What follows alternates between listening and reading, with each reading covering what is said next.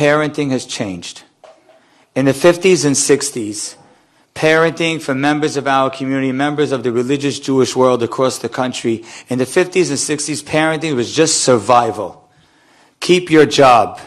Stay in a home. Have a house and don't be evicted. In the 70s and 80s, as we got our legs beneath us, many of the parents were children of either Holocaust survivors or war veterans. And what became the mode and the focus of being a great parent was discipline. And many people in this room remember their parents were disciplinarians. And that's what it was about. And this is my word. And that's what I said. And the reason you do it is because I said so. And then we started to watch as kids slowly started to fade. You'd have a boy in this family, a girl in that family that was perfect, the other family that was completely religious.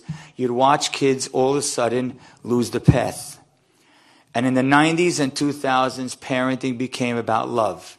And all of a sudden, even the teachers in schools and the way parents were all hugging their kids and caring about them. And I love you and I'm there for you and I'm caring. So parenting went from survival to discipline to love.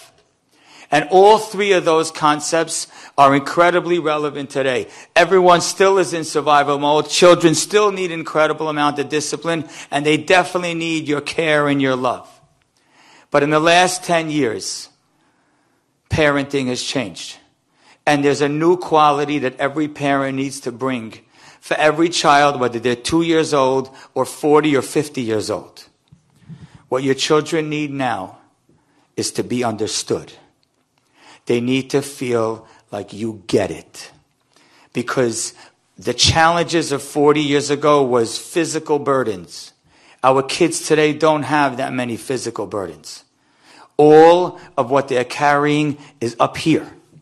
And they need a mother and a father, not just a mother, and a father that gets it and understands them and spends the time and puts in the energy to get what's on their mind. What are you struggling with? What do you like? Why do you like it? Why is that a struggle? So many parents, especially busy ones, come home and see their daughter care about something or their son, and it's a bunch of nonsense. And you come home to your kid, you're like, who cares about the Rangers? It's useless. What's the point?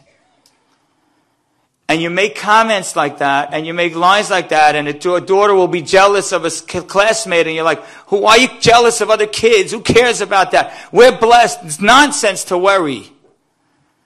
And you don't realize what you're doing to your child. Has your kid ever told you, you lived in the olden days? What they're saying to you is, you don't get me. And because of that, I have no plans of ever getting you. You don't understand me. So why should I spend time in understanding you? You don't know what I'm dealing with. You don't know my struggle. You don't know my joy. You don't know what I appreciate. You don't know what my friends are thinking about. You don't understand what it feels like to be a child in 2023. If you don't get me, why should I listen? And I'm going to give you one little example from the Torah and conclude and leave it to the professionals. Yitzchak Avinu wanted to bless his son Esav. And he blessed him. And he said, I'm going to bless you if you go and get me meat. Could you imagine that? Yitzchak Avinu is one of the most perfect people to ever live. Do you think that he cares about meat? Imagine if you went to Israel, Chavadia Yosef, and he said, I need a blessing. He says, I need a steak first.